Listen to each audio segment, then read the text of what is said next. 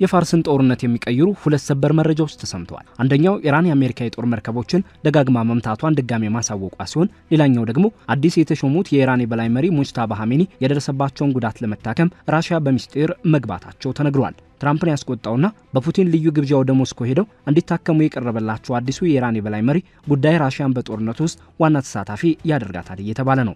ፑቲን ለኢራን እርዳታ ከመላክ አንስቶ መሪዎቿን እስከ መቀበያ ያሳዩ አጋርነቶችን ከወደ አሜሪካ ጥርስ አስነክሶባቸዋል።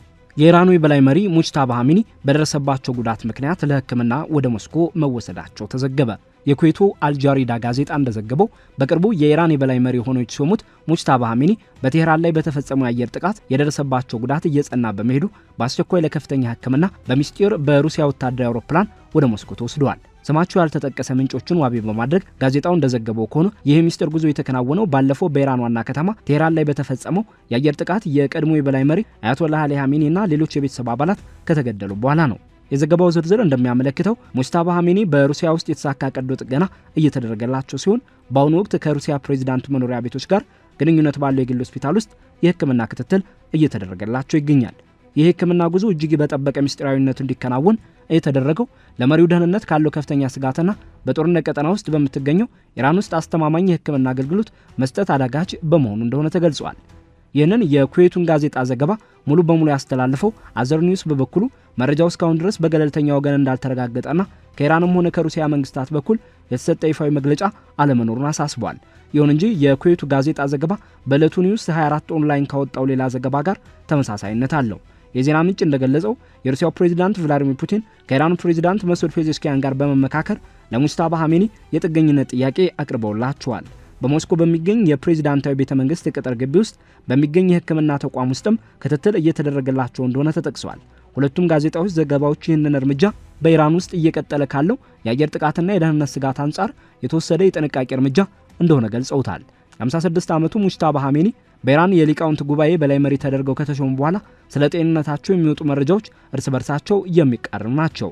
በርካታ የመገናኛ ብዙሃን አሜሪካ ጥቃት መቁሰላቸውን ሲዘግቡ የኢራን ባለስልጣናት ግን በተቃራኒው መሪው በጥሩ ጤንነት ላይ እንደሚገኙና ስራቸውን እያከናወኑ መሆኑን ደጋግመው ሲገልጹ ቆይተዋል። የአልጃሪዳ ዘገባ እውነት ሆኖ ከተገኘ አሁን ኢራን ከአሜሪካና ከእስራኤል ጋር በገባችበት ከባድ ጦርነት ወቅት በእስላማዊቷ ሪፐብሊክ የህዝብ መዋቅር ላይ ትልቅ ተጽዕኖ ይኖረዋል ተብሎ ይታሰባል። በአሜሪካና እስራኤል የተሰነዘረው የአየር ጥቃት ኢላማ ያደረገው በቴህራን ከፕሬዝዳንቱ ቢሮ አቅራቢያ የሚገኘውንና አያቶላህ አሊ ኻሜኒ ከቤተሰቦቻቸው ጋር የሚኖሩበትንና የሚሰሩበትን ግቢ ነበር። የኢራን የመንግስት መገናኛ ብዙሃንና የውጭ ሀገር ዘጋቢዎች እንደገለጹት በጥቂቱ አሊ ኻሜኒን ጨምሮ ቢያንስ 6 የቤተሰባቸው አባላት ተገድለዋል። ከሟቾቹ መካከል የኻሜኒ ባለቤት ማንሱር ከ3 ቀን በኋላ በቆሰሉበት ህይወታቸው ሲያልፍ ሴት ልጃቸው አማቻቸው፣ የ14 ወር የልጅ ልጃቸው የሙጅታባ ኻሜኒ ባለቤት ዛህራና ልጃቸው መሐመድ ባቂር ይገኙበታል። ጥቃቱ መኖሪያ ቤቱን ሙሉ በሙሉ ያፈራረሰ ሲሆን ሌሎች ከፍተኛ ወታደራዊ አዛዦችም ህይወታቸውን አጥተዋል። በመጋቢት መጀመሪያ ላይ የኢራን መንግስት የ40 ቀናት ብሔራዊ የሐዘን አዋጅ ያወጣ ሲሆን በጥቃቱ የተገደሉ ሰዎች ቁጥር ከ1300 በላይ መድረሱንና ከነዚህም ውስጥ ከ150 በላይ የሚሆኑት ተማሪ ልጃገረዶች መሆናቸውን አስታውቋል። ሙጅታባ ኻሜኒ ምንም እንኳን አባታቸው ስልጣን በውርስ ወደ ቤተሰብ እንዲተላለፍ በይፋ ባይስማሙም ለረጅም ጊዜ አባታቸው ተተኪ ሊሆኑ እንደሚችሉ ሲታሰብ ቆይተዋል። በኢራን ህገ መንግስት መሰረት የበላይ መሪውን የመምረጥ ስልጣን ባለው 88 አባላት ያሉት የሊቃውንት ጉባኤ አማካኝነትም በጦርነት ወቅት በተደረገ ስምምነት መሪ ሆነው ተመርጠዋል። እድሜያቸው 56 የሆኑት ሙጅታባ እንደ አባታቸው ሁሉ ጥብቅ የሃይማኖትና የፖለቲካ አቋም እንዳላቸው ይታወቃል። በአሁኑ ወቅትም የጦር ኃይሉን የፍትህ ስርዓቱንና የመንግስት መገናኛ ብዙሃንን በቀጥታ የሚቆጣጠሩት እርሳቸው ናቸው። የኢራን ባለስልጣናት ሙጅታባ ኻሜኒ ጥቃቱ በተፈጸመበት ግቢ ውስጥ እንደነበሩና ጉዳት እንደደረሰባቸው አምነዋል። በቆጵሮስ የኢራን አምባሳደር አሊሬዛ ሳላሪያን ለጋርዲያን ጋዜጣ እንደገለጹት አዲሱ መሪ በእግራቸው በእጃቸውና በትከሻቸው ላይ ጉዳት ደርሶባቸዋል ብለዋል። አምባሳደሩ መሪው ከጥቃቱ በተአምር የተረፉ እንደሆነ ገልጸው በኢራን ውስጥ በሕክምና ላይ እንደሚገኙና በአደባባይ ያልታዩትም በደረሰባቸው ምክንያት እንደሆነ ተናግረዋል። ይሁን እንጂ ስማቸው ያልተጠቀሰ ሌላ የኢራን ባለስልጣን ለሮይተርስ እንደገለጹት ጉዳቱ ቀላል በመሆኑ ስራቸው ደህንነቱ ከተጠበቀ ቦታ ሆነው እየሰሩ ነው። የመንግስት ቴሌቪዥንም የረመዳን ጦርነት ቁስለኛ ሲል ጠርቷቸዋል። ሌሎች ዘገባዎች ደግሞ የመሪውን ጉዳት በዝርዝር አስቀምጠዋል። ሲኤንኤን አንድ ምንጭን ጠቅሶ እንደዘገበው ከሆነ መሪው የእግር ስብራት፣ በግራ ዓይናቸው አካባቢ መቁሰል አደጋና በፊታቸው ላይ ጥቃቅን ሰንበሮች ደርሶባቸዋል። ዘ ኒውዮርክ ታይምስ የኢራን ባለስልጣናትን ዋቢ አድርጎ እንደዘገበው መሪው እግራቸው ላይ ጉዳት ቢኖርባቸውም ንቁ እንደሆኑና ግንኙነት በሌለበት ከፍተኛ ጥበቃ የሚደረግለት ቦታ እንደሚገኙ ገልጿል። የኢራን የውጭ ጉዳይ ሚኒስትር አባስ አራግቺም በመሪው ጤንነት ላይ ምንም ችግር የለም ሲሉ በይፋ ተናግረዋል። በሌላ በኩል እጅግ የከፉ ዘገባዎችም እየወጡ ይገኛሉ። መሪው ሁለቱንም ወይም አንዱን እግራቸውን ሊያጡ እንደሚችሉ የውስጥ አካላቸው መጎዳቱንና ራሳቸውን ስተው ኮማ ውስጥ ሆነው ስለመሾማቸውም ሆነ ስለ ጦርነቱ ምንም እንደማያውቁ ዘግበዋል። እነዚህ ዘገባዎች እንደሚሉት መሪው በቴህራን በሚገኘው ሴና ዩኒቨርሲቲ ሆስፒታል ሕክምና እየተደረገላቸው ነው።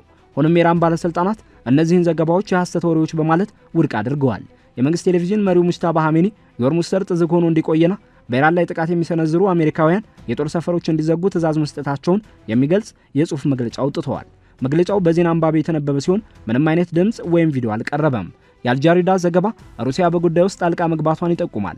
እንደ ዘገባው ከሆነ መሪው ወደ ሞስኮ የተወሰዱት በሁለት ምክንያቶች ነው። አንደኛው በጦርነት ውስጥ ባላቸው ቴህራን ውስጥ የማይገኝ ዘመናዊ ቀዶ ጥገና ለማግኘት ሲሆን፣ ሁለተኛው ደግሞ የሚገኙበት ቦታ በጠላት እንዳይታወቅ ነው። የጉዞ በሩሲያ ወታደራዊ አውሮፕላን መከናወኑ ለኢራንና ለሩሲያ ስልታዊ ግንኙነት አዲስ ምዕራፍ እንደሆነ ይታያል። ኒውስ 24 ኦንላይን ይህንን እርምጃ ከፕሬዝዳንት ፑቲን ግላዊ ግብዣ ጋር አያይዞታል። ሩሲያ ከኢራን ጋር ያላት ግንኙነት በጦርነቱ ወቅት ይበልጥ ጎልቶ ታይቷል። ፕሬዝዳንት ፑቲን ለሙጅታባ ኻሜኒ እንኳን ደስ አሎት መልእክት ሲልኩ የማይናወጥ ድጋፍ እንደሚያደርጉ ቃል ገብተዋል። ከዚህም በተጨማሪ ሩሲያ ከ13 ቶን በላይ የሕክምና ቁሳቁሶችን በአዘርባይጃን በኩል ለኢራን ልካለች። የእርዳታ ከየትኛውም ሀገር ለኢራን የተላከ የመጀመሪያው ሰብአዊ እርዳታ ነው። የሩሲያ የውጭ ጉዳይ ሚኒስትር ቃል አቀባይ ማሪያ ዛካሮቫ ሞስኮ በሲቪል ሰዎች ሞትና በሕክምና ተቋማት ውድመት እጅግ ማዘኗን ገልጸዋል። በታሪክም ሩሲያና ኢራን በወታደራዊና በቴክኒክ ዘርፍ የቅርብ ግንኙነት አላቸው። በሶሪያ ጦርነት ወቅትም ሩሲያ ለኢራን ድጋፍ ለሚደረግላቸው ኃይሎች የሎጂስቲክስና የሕክምና ድጋፍ ማድረጓ ይታወቃል። አሁን የተሰማው የአመራር አባላትን የማውጣት ተግባር ሞስኮ በመካከለኛው ምስራቅ የምዕራባውያንን ተጽዕኖ ለመቋቋም ኢራን እንድትረጋጋ ያላትን ፍላጎት ያሳያል። እስካሁን ድረስ ሩሲያ ስለዚህ ዘገባ የሰጠችው ማረጋገጫም ሆነ ማስተባበያ የለም። ሙጅታባ ኻሜኒ ስልጣን ከያዙ በኋላ በአካል አለመታየታቸው ለተለያዩ ግምቶች በር ከፍቷል። የምዕራባውያን የስለላ ተቋማት እንደሚሉት ከሆነ መሪው ያልታዩት ከጉዳታቸው ገና ስላላገገሙና ከእስራኤል ሊሰነዘርባቸው ከሚችል ግድያ ራሳቸውን ለመጠበቅ ነው። እስራኤል መሪውን ኢላማ እንደምታደርግ ደጋግማ ዝታለች። የአሜሪካው ፕሬዝዳንት ዶናልድ ትራምፕ ለኤንቢሲ በሰጡት ቃለ ምልልስ መሪው በሕይወት ስለመኖራቸው ጥርጣሬ እንዳላቸው ገልጸዋል። በተጨማሪም በኢራን የነዳጅ ማከማቻ በሆነችው ካርጅ ደሴት ላይ ተጨማሪ ጥቃቶችን እንደሚሰነዝሩ አስፈራርተዋል። ትራምፕ አሜሪካ በአሁኑ ሁኔታ ከኢራን ጋር ድርድር እንደማትፈልግና የሆርሙዝ ሰርጥን ደህንነት ለመጠበቅ ከአጋሮቿ ጋር እየሰራች መሆኑን ገልጸዋል። ይህ በእንዲህ እንዳለ የእስራኤል የአየር መከላከያ ስርዓት ከፍተኛ ጫና ውስጥ መሆኑ ተዘግቧል። ሴማፎር ስማቸው ያልተጠቀሰ የአሜሪካ ባለስልጣናትን ጠቅሶ እንደዘገበው እስራኤል የባላስቲክ ሚሳኤል መጥለፊያ መሳሪያዎች እያለቁባት መሆኑን ለዋሽንግተን አሳውቃለች። ይህ የሆነው ኢራን በከፍተኛ መጠን በምትሰነዝረው የሚሳኤል ጥቃት ምክንያት ነው። እስራኤል አማራጭ መንገዶችን እየፈለገች ሲሆን፣ አሜሪካ ግን በአካባቢው ያሉት ጦር ሰፈሮቿ በቂ መሳሪያ እንዳላቸው ገልጻለች። በኢራን ውስጥ የበላይ መሪው የአብዮታዊ ጦርን የማዘዝ የኒውክሌር ፖሊሲን የመቆጣጠርና የውጭ ጉዳዮችን የመወሰን የመጨረሻ ስልጣን አላቸው። በሙጅታባ ኻሜኒ መቁሰልና ወደ ሞስኮ መወሰድ በኢራን የአመራር ቀጣይነት ላይ ጥያቄ ያስነሳል። ይሁን እንጂ የኢራን መገናኛ ብዙሃን ጦር ኃይሉ ሙሉ በሙሉ ለትዕዛዝ ተገዥ እንደሆነና ስራዎች እየተከናወኑ መሆኑን እየዘገቡ ነው። የሆርሙዝ ሰርጥ መዘጋቱ በዓለም የነዳጅ ገበያ ላይ ከፍተኛ ተጽዕኖ ማሳረፍ ጀምሯል። የሞስኮ ጉዞ እውነት ሆኖ ከተገኘ መሪው በሩሲያ ጥበቃ ስር ሆነው ትዕዛዝ እንደሚሰጡና ለጊዜው አንዳንድ ወታደራዊ ውሳኔዎችን ለታችኛው አመራር ሊሰጡ እንደሚችሉ ይገመታል። ተንታኞች እንደሚሉት ከሆነ በጦርነት ወቅት የሚደረግ የአመራር ሽግግር የአንድን መንግስት ጥንካሬ ይፈትናል። በኢራን ሁኔታ የሊቃውንት ጉባኤ ሙጅታባን በፍጥነት መምረጡ የስልጣን ክፍተትን ቢያስቀርም ስለ ጤንነታቸው የሚወጡ መረጃዎች ግን አለመረጋጋትን ፈጥረዋል። የአልጃሪዳ ዘገባ እውነት ከሆነ ከ1979 አብዮት በኋላ አንድ የበላይ መሪ ለሕክምና ወደ ውጭ ሀገር ሲሄድ ይህ መጀመሪያው ይሆናል። ከቴህራን ወደ ሞስኮ በሩሲያ ወታደራዊ አውሮፕላን መጓዝ በሁለቱ ሀገራት መካከል ካለው የአየር ክልል ስምምነትና ወታደራዊ ትብብር አንጻር የሚቻል ነው።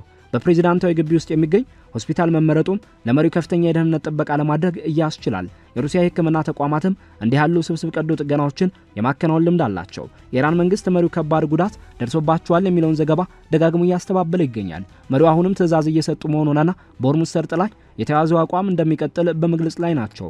ይሁን እንጂ እስከዛሬ ድረስ የእሳቸው ድምፅ ወይም ቪዲዮ አለመለቀቁ ጥርጣሬውን አባብሶታል። በአሁኑ ወቅት ያለው አጠቃላይ ወታደራዊ ሁኔታ በኢራንና በአሜሪካ እስራኤል ጥምረት መካከል የሚደረግ የጥቃትና ያጸፋ ጥቃት ሆኗል። በኢራን የነዳጅ ምርት ላይ የሚሰነዘረው ጥቃትና የሆርሙዝ ሰርጥ መዘጋት የዓለምን ኢኮኖሚ እያናጋው ነው። በቴህራን ውስጥም ግማሽ የሚሆነው ህዝብ ለስደት መዳረጉ ተዘግቧል። ሩሲያ ለኢራን የምታደርገው ድጋፍ ከፍተኛ ትኩረት ስቧል። ከመድኃኒት እርዳታ ባለፈ ሞስኮ በእስራኤል የተሰነዘረውን ጥቃት በጽኑ አውግዛለች። የሙጅታባ ኻሜኒ ወደ ሞስኮ መወሰድ እውነት ከሆነ የሁለቱ ሀገራት አጋርነት ይበልጥ ይጠነክራል ተብሎ ይጠበቃል።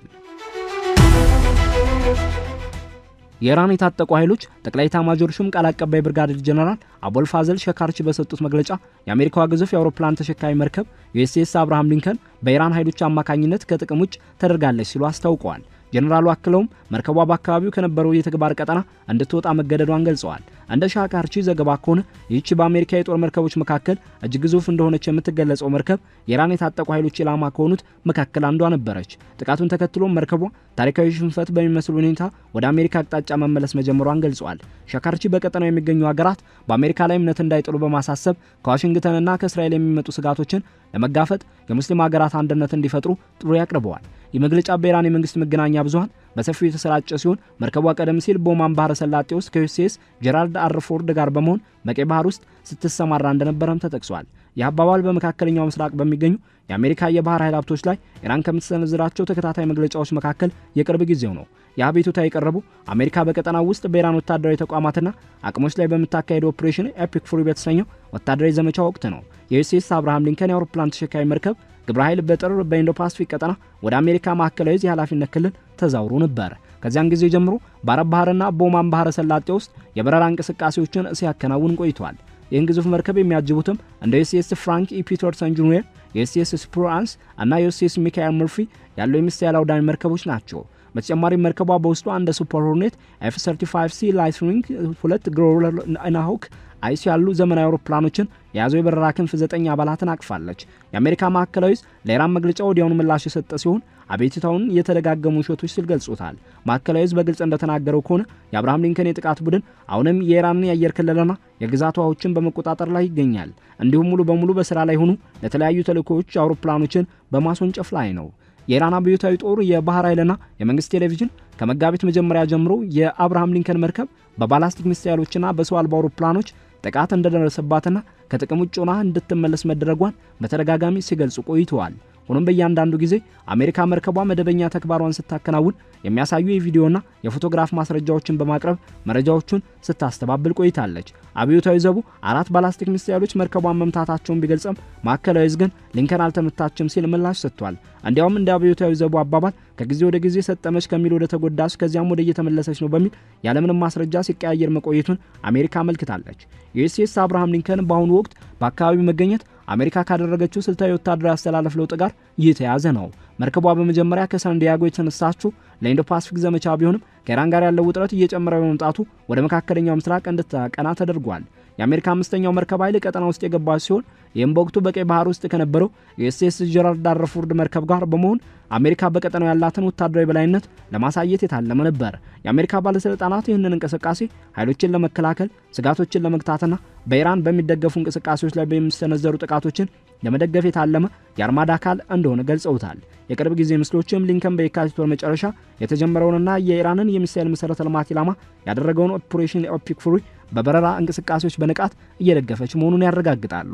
እንደ አውሮፓውያን አቆጣጠር በ1989 ስራ የጀመረችው ዩኤስኤስ አብርሃም ሊንከን በሙሉ ጭነት ወቅት 100,000 ቶን ገደማ የምትመዘነና 1092 ጫማ ርዝመት ያላት ናት። በሁለት የኤ4ደብሊው የኒውክሌር ኃይል ማመንጫዎች የምትመራ በመሆኑ ከ30 ኖት በላይ በሆነ ፍጥነት ላልተወሰነ ርቀት የመጓዝ አቅም አላት። በውስጧም ከ90 በላይ አውሮፕላኖችንና ከ5000 በላይ ሰራተኞችን ትይዛለች። የመከላከያ መዋቅሯም እጅግ የተራቀቀ ሲሆን የሚሳኤል መጥለፊያ ያላቸው አጃቢ መርከቦች፣ የራዳርና ኤሌክትሮኒክስ መዋክብት እንዲሁም የቅርብ ርቀት መከላከያ መሳሪያዎችን ያካተተ ነው። እንዲህ ያለችውን መርከብ ለመምታት በመቶዎች የሚቆጠሩ የተቀናጁ ሚሳኤሎችን በአንድ ጊዜ በመተኮስ የመከላከያ መረቧን ማጥለቅለቅና የአሜሪካን የሰለላ መረብ ማለፍን ይጠይቃል።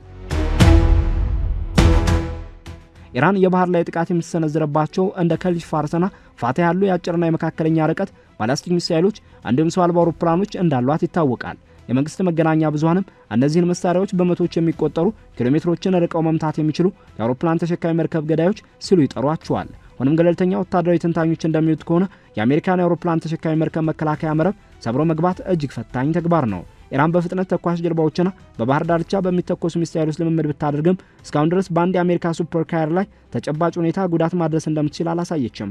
ታሪካዊ መረጃዎችም እንደሚያመለክቱት የኢራን የሚሳኤል ቴክኖሎጂ በአሜሪካ ኤሌክትሮኒክስ መከላከያና የሚሳኤል መጥለፊያ ኃይል ፊት ትልቅ ፈተና ይጋረጥበታል። የአሁኑ ክስተት ረጅም ታሪክ ካለው የአሜሪካ ኢራን የባህር ላይ ግጭት ጋር የሚጣጣም ነው። እንደ አውሮፓውያን አቆጣጠር በ1980ዎቹ በነበረው የታንከር ጦርነት ወቅት ኢራን በፋርስ ባህረ ሰላጤ በሚጓዙ የንግድ መርከቦች ላይ ጥቃት ትሰነዝር ነበር። አሜሪካም ለዚህ ምላሽ ለመስጠት 1988 ዓ.ም ኦፕሬሽን ፕሬንግ ማንቲስ የተሰኘ ወታደራዊ እርምጃ በመውሰድ በርካታ የኢራን የጦር መርከቦችንና የነዳጅ መድበኮችን አውድማለች። የእርምጃ የአሜሪካ የባህር ኃይል የበላይነት በተጨባጭን ያሳየ ክስተት ነበር። ከዚያ በኋላም በ2019 እና 2020 በታዩ ውጥረቶች ወቅት ኢራን መርከቦችን የመያዝና አሜሪካ ደግሞ የኢራን ሰው አልባ አውሮፕላኖችን የመምታት እርምጃዎችን ወስደዋል። በእያንዳንዱ የግጭት ወቅት የኢራን መግለጫዎች ያልተመጣጠኑ ታክቲኮችን በመጠቀም ወታደራዊ የበላይነትን ለማሳየት ቢሞክሩም የአሜሪካ ምላሽ ግን በቴክኖሎጂና በተግባራዊ ብልጫ ላይ እየተመሰረተ ነው። በአሁኑ ወቅት ሁለት የአሜሪካ ሱፐር ካሪየሮች በቀጠናው መገኘታቸው አሜሪካ የበረራ እንቅስቃሴዎቿን ያለ ረፍት ለማከናወን ያስችላታል። የፎርድ መርከብ በቀይ ባህር አካባቢ ስትቆይ፣ ሊንከን ደግሞ በኦማንና በአረብ ባህር በኩል ያለውን ክፍተት ሞልታለች። የአሜሪካ ፖሊሲ በሆርሙዝ ሰርጥ በኩል ያለውን የመርከቦች ነፃ እንቅስቃሴ ማረጋገጥ፣ አጋሮችን የመጠበቅና የኢራንን የሚሳኤል መረብ የማዳከም ዓላማ አለው። በቀጠናው የሚገኙ ሀገራትም የተለያየ አቋም ያላቸው ሲሆን አንዳንዶቹ ግዛታቸው ለጥቃት እርምጃ እንዳይውል ሲቃወሙ፣ ሌሎች ደግሞ እንደ ዮርዳኖስ፣ ኳታር ያሉ ሀገራት የአሜሪካ የጦር አውሮፕላኖችንና የነዳጅ ጫኝ መርከቦችን ያስተናግዳሉ። የኢራን ንግግሮች የሙስሊም ሀገራትን አንድነት ቢጠይቁም በተጨባጭ ግን የአሜሪካ የባህር ኃይል እንቅስቃሴ ላይ የደረሰ ምንም አይነት ለውጥ የለም። ኢራን ዩኤስ አብርሃም ሊንከንን ከጥቅም ውጭ አድርጌያለሁ ማለቷ በማስረጃ ያልተደገፈና ለፖለቲካዊ ፍጆታ የቀረበ መግለጫ ይመስላል።